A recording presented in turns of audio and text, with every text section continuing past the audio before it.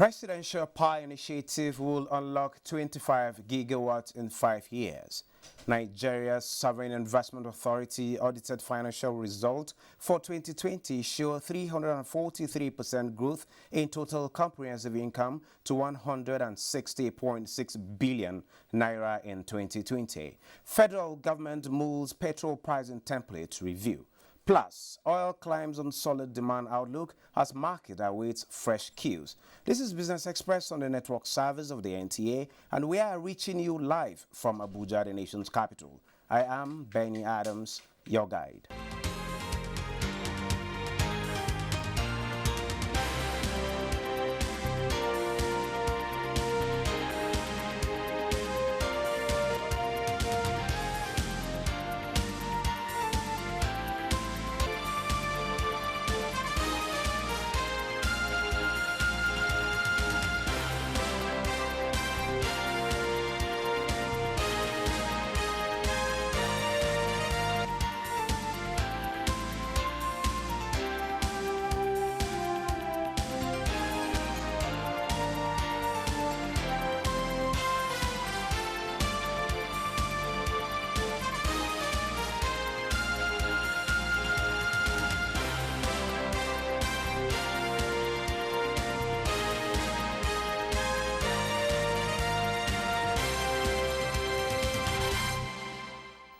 Well, good to have you join us on the business side of life, and we start by telling you that the federal government says the current moves to revamp the power sector using the Presidential Power Initiative will yield about 25 gigawatts of electricity in the next 5 years. Speaking during a webinar with the Energy Transition Council, a body under the United Nations, Minister of State Power Godi J.D. Agba reassured that the government has the political will to make sure the goal is achieved.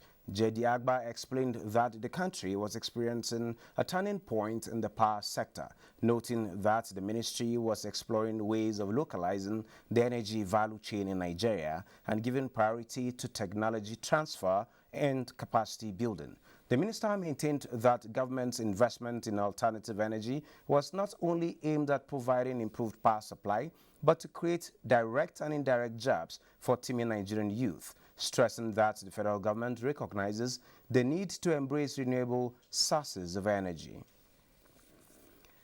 The federal government is considering how to adjust the premium motor spirit, that is petrol template, to address the demands of members of the Nigerian Transport Owners Association, NATO, that withheld their services recently. The Executive Secretary, Petroleum Equalization Fund, Ahmed Boboy, who spoke during an engagement with reporters in Abuja, noted that the review would not necessarily increase the pump price of the product, but it would cushion the plight of transporters. He also said the federal government is considering the possibility of transporting petroleum products for marketers by rail across the country, as well as planning for the transportation, that is bridging, of gas to different parts of the country. Bridging means the transportation of petrol to all over the country to ensure that the product is sold at same price. The PEF categorizes and pays for the transportation according to distance. AFDB has called for the support of African public development banks towards the affirmative finance action for women in Africa, as well as tackling youth unemployment on the continent. President of the AFDB, Akiwumi Adesina, made the call at the Virtual Finance in Common Spring meeting. The meeting was convened in collaboration with Association of African Development Finance Institutions and the International Development Finance Club. Adesina said AFAWA was an initiative to mobilize $5 billion in new financing in support of women businesses in Africa. The AFDB president also called on the banks to tackle the challenge of youth unemployment on the continent, stressing that the two strategic actions would ensure financial stability of the continent and accelerate a post-COVID-19 economic recovery that was inclusive, green, and climate resilient. The United Kingdom has advised the federal government to consider the issuance of a tariff and duty exemption on solar equipment to accelerate Nigeria's energy access. To this end, a bilateral technical group is expected to be constituted to review the proposal for necessary action. Special advisor to the Minister of Trade and Media, Efidayo Sayo, says it's a fallout of the 5th ministerial meeting of the United Kingdom Nigeria Economic Development Forum held virtually. Foreign direct investments in Nigeria's non-oil sector with focus on what the UK can offer in renewables, waste management and light manufacturing also featured during the meeting, which also agreed to deepening trade policy relationships of both countries. The Nigerian Sovereign Investment Authority, manager of Nigeria's Sovereign Wealth Fund, announced its audited results for 2020 financial year, reflecting a strong financial performance and consistent implementation of strategic infrastructure investment programs for the year.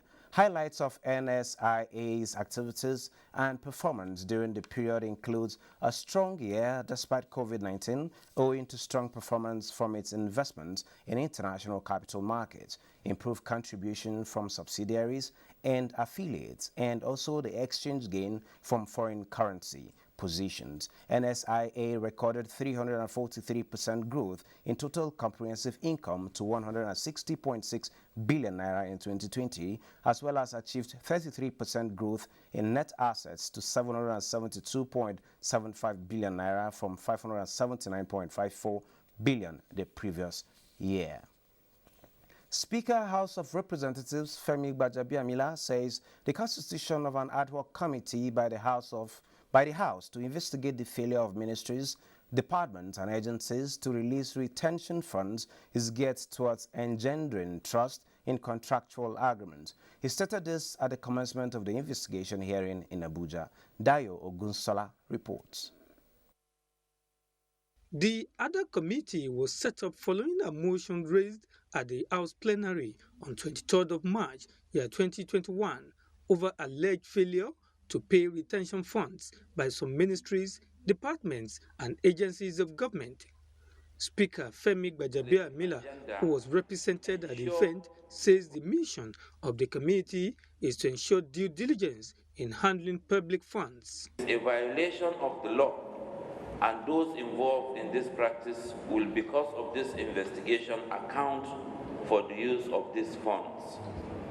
This public hearing and the mandate of the ad hoc committee is in fulfillment of our commitment in the 9th House of Representatives. In their various presentations, issues relating to award of contracts, certificate of completion of projects, and evidence of payments were raised. But in the case of the NDPC contractors, most of these retentions are not gotten by the contractors. For reasons of, normally when we talk about retention, it's a process of IPC getting to retention. When we're saying this, we're talking from the point of knowledge and processes of government, processes of payment, how it works. So we're also helping you. If you have legitimate claims, we will assist you. The committee adjourned till Monday, 17th of May, for continuation of the investigation. From the National Assembly, Dayo Ogunsola. Our focus on the program is on Sustainable Development Goals, that's the SDGs. We shall be x-raying the implementation of the scheme and likely impacts. To do this, I have with me Global Chairman, UN Rescue, Mr. Steve Midala. Well, I say Ambassador Steve Midala. Ambassador, you're welcome to Business Express. Thank you for having me. Good to have you.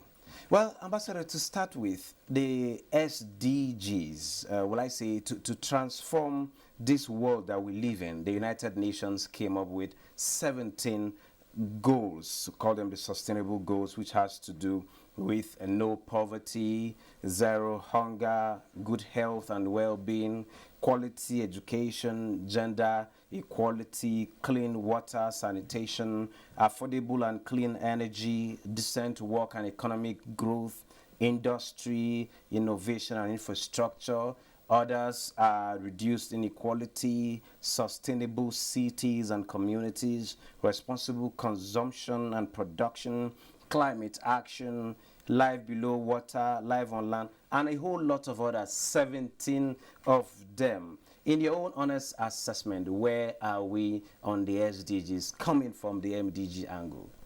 Well, I thank you so much. You have captured all the 17 goals, and actually the 17 goals were initiated to ensure humanity is impacted globally, not just Nigeria. And this was because the body where I belong to, UN Rescue Services, an international organization that has a charter with United Nations Economic and Social Council, where I double as the Director of African Development and Foreign Affairs, as well as International Chairman for Security and Intelligence, initiated the 17 goals to ensure that all over the world, poverty is eradicated, healthcare is delivered, education is delivered, and a whole lot, as you mentioned. Now, before the year 2000, when the initial Millennium Development Goals were established, it was because the UN ECOSOC identified about 2.5 billion people globally were living below poverty line. And their definition of living below poverty line is if you cannot spend $2 on yourself and every member of your family per day, you are actually living below poverty line. Now, Millennium Development Goals, MDGs, were initiated, and along the line, Vision 2010 was also set. Yeah. Now, Vision 2010 came and went, and the development goals were not achieved as expected. And then we also initiated the Vision 2020. So by the year 2015, thereabout, the entire UN ECOSOC came together and reviewed what they have been doing. And they discovered that out of the initial 2.5 billion people, only like 1.7 billion people were affected across the world. And that means that we have done appreciably well, because out of 2.5 billion, only like 800 million were still left below poverty line. And we tried to identify where are these 800 million people located. And they were traced to sub-Saharan Africa, with Big Brother Nigeria hosting at least 1/3 of that population. And that's why at a point Nigeria was declared the poverty capital of the world. And knowing that they have done appreciably well, they decided, okay, can we review what we've been doing, because we have done appreciably well. And so the MDGs was now changed to SDGs to sustain what we've been doing. And since then, we try to see that by the end of 2020, we achieved all these goals. Now, mid-year, last year, 2020, knowing that we are going to exit 2020 and Division 2020 was winding up, we now decided, okay, from 2015 to then, what have we done? Have we achieved, have we impacted on the life of those 800 million people? And we discovered that only like 1/3 of that was also impacted upon. And the mandate given to us going forward from 2021 to 2030 is action program on eradication of extreme poverty and hunger. Now, as the Director of African Development under UN ECOSOC, even though I partially live in Stockholm, Sweden, I couldn't remain back and expect that and claim that I'm impacting lives here. That's why I had to come back home and then insist that I pioneer this program myself under our UN Rescue, UN ECOSOC programs. Yes, I was going to come to the UN Rescue, UN ECOSOC. Yes. With these numbers, 2.5 billion people below poverty rate reduced to 800 billion, or is it million? Yes. All these figures coming with the impact of COVID-19, though nations globally are actually recovering fast. Has that impacted negatively to those numbers? And the UN Rescue, what are you doing? What are the activities being put in place to ensure that this gap is breached? Yeah, well, that's a good question. Like you said, along the line, the COVID set in, and so it didn't help our programs, where actually didn't go smoothly. But we thank God, COVID has also taught us a big lesson all over the globe. We learned a big lesson because initially, for instance, my people from Nigeria used to go to India, UK, America, depending on where they can afford for medical tourism. Now, COVID has helped us to identify that no matter who you are, whether you are the president, you are the minister or senator, you can't travel without clearances. And so even those of them, and by the way, how many of our population can afford to travel abroad for medical checkups and medical attention? So we have now identified that we need to do something back home. And so we have initiated a project to deliver at least 1,000 hospitals across each of our 6 geopolitical zones to impact our people. Education. COVID has also taught us a big lesson. When the lockdown set in, you now realize that whether we like it or not, children were indoors, the parents were indoors, and so we can't remain indoors forever without education going on. So because of COVID, we have learned that we need to set, especially electronic education has to go on. So we have started providing the online tablets, services. Online services, even telemedicine is now ongoing. Our hospitals are going to be fully telemedicine, and then doctors in Nigeria can collaborate with doctors abroad, whether in America or anywhere in the world, in Europe and UK and all of those. And then they can conduct surgeries, even online, with the help of other doctors. So these are many more what we are doing. In the area of education, for instance, we have also initiated a 1 million classroom project going forward from 2021 to 2030. Our idea is to deliver schools. And so anywhere we're building houses, we are also initiative to build at least 10,000 housing units across each of the 6 geopolitical zones, having identified that Nigeria has deficit of housing, minimum 22 to 25 million deficit. Government cannot do all these things by themselves, so we identified... I was to bring that up. All of this, it's a huge investment. Yes, the government cannot do it all alone. Yes. How part of the goals, particularly goal 17, is to raise capital in-house and also international contributions. How are you raising finances to do all of this? And with the lessons you've mentioned, COVID has taught us, there is a deadline for SDGs, too, just like we had with MDGs. Will this not also affect the deadline? Well, we thank God now that this is the beginning of the deadline of 1 decade going forward. So those 800 million people, those of them that have not been affected, we hope that in this decade we'll achieve, will actually impact on their lives. And so I come from Northeast. Garkida, to be precise, is my hometown in Adamawa, Gombe local government. The insurgents have already ransacked our people. Villages around my hometown, not less than 20 to 30 of them have been razed down. So we know that those people in the IDP camps, they deserve a better life. If it is possible for me to impact their lives, provide shelter for them, school their children, deliver medical care for them, that would be my greatest joy. So we are doing all of those, and the 1 million classroom project is actually meant for not just the underage children, but also out-of-school children. Nigeria has between 10 to 15 million out-of-school children. Some of these out-of-school children, they have outgrown the age of even going back to secondary school, not to talk of primary school. And for us, that is a dangerous category of Nigerians. And those are the breeding ground where the bad boys go, and then they either conscript, especially the insurgents, they conscript our people, our youth, or they brainwash them. With all of these challenges, a whole lot of funding is needed. Is the United Nations funding this, or the organization is raising capital from within? Yes, we have this initiative called United Nations International Noble Ambassadors. So these our noble ambassadors are people like you, experienced people actually, who have achieved all they want to achieve in their lives, and so their joy is to see that humanity is impacted upon. Some of them are professors, different categories, all walks of life, they come from there. And so we have identified different areas of offshore funding. And we are doing this to assist our government. In fact, we are also aware that Nigeria has even issue of both local and then foreign debts.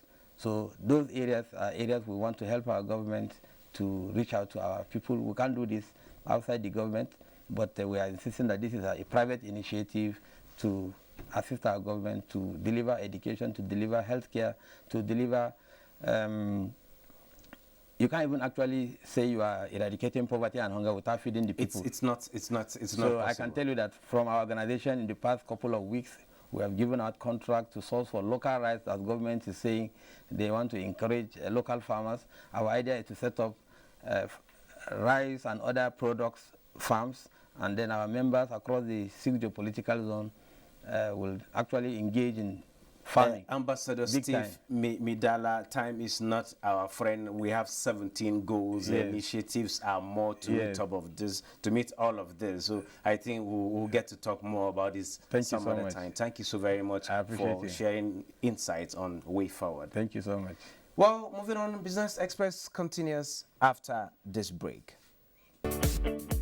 Nursel Microfinance Bank wishes to inform the general public not to give money to anybody disguising as its staff or agent to secure the COVID-19 Targeted Credit Facility or AGS-MEIS loan. However, a training fee is charged by Accredited Entrepreneurship Development Training Institute, EDIs, for the training and business plan for the AGS-MEIS loan. Whenever you are in doubt, please call us at 0901 002 6905. If anyone has collected money to help you get the loan, please lodge a complaint on our whistleblowing portal by sending us an email on whistleblower@nmfb.com.ng. Nursel Microfinance Bank also wishes to inform the general public that the COVID-19 Targeted Credit Facility disbursed by our bank is a loan and beneficiaries must pay back with interest. The COVID-19 Targeted Credit Facility should not be misconstrued as a grant from the government. Call 094-621-730 or visit www.nmfb.com.ng for more information.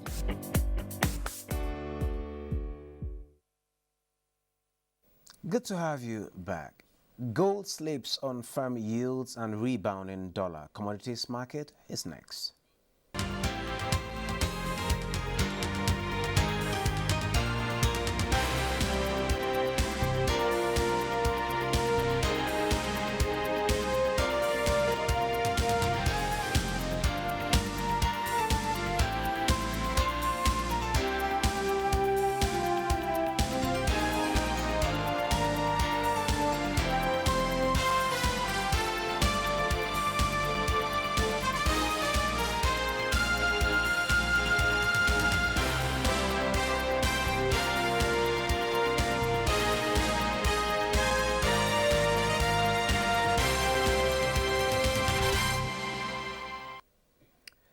Most Asian markets lower as Taiwan drops more than 4%. Nissan shares tumble 10%. Boseriable has details.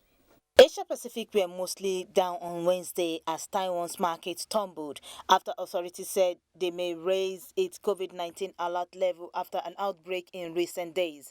In Japan, the Nikkei dropped 1.61% to 28,147.51. Mainland Chinese markets were mixed. The Shanghai Composite closed 0.61% higher at 3,462.75, and the Hang Seng Index rose 0.78% in the afternoon. European stocks gained slightly on Wednesday as global markets geared up for key data releases, including the latest reading of U.S. inflation. U.S. stock futures declined in early trading Wednesday following the Dow's worst day since February as investors dumped tech shares again. The Dow fell more than 111 points while the S&P 500 futures traded 0.4% lower and Nasdaq 100 futures lost 0.6%. Boss Today Able, Business Express. Let's see how the Naira is exchanging for other currencies.